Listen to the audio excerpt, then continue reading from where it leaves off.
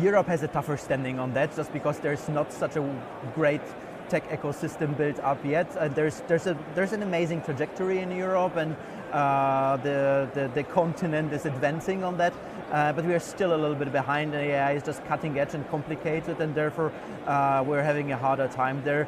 But there's quite a few good companies, and I hope we're going to make it. Regulators around the world are looking to see what damage AI could possibly do. The EU is obviously chief amongst them.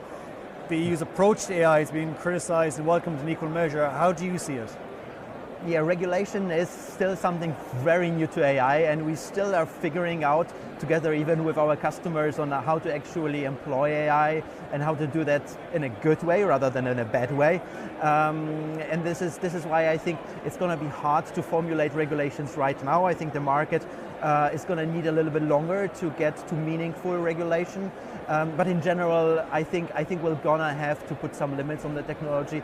Obviously, it is a very powerful technology, and it can be misused.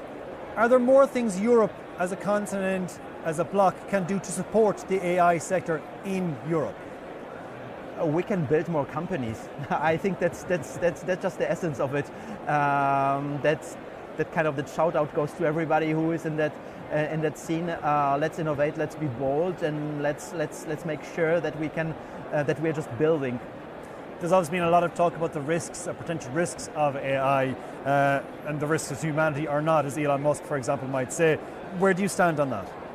I think there's kind of more short-term risks, which are pretty clear when it comes to misinformation and these kinds of things. It is clear that those risks are there, and they should be addressed as quickly as possible by the societies.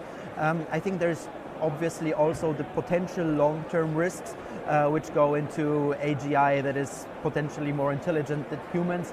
But this is all still science fiction as of now. So it's much harder to comment on this.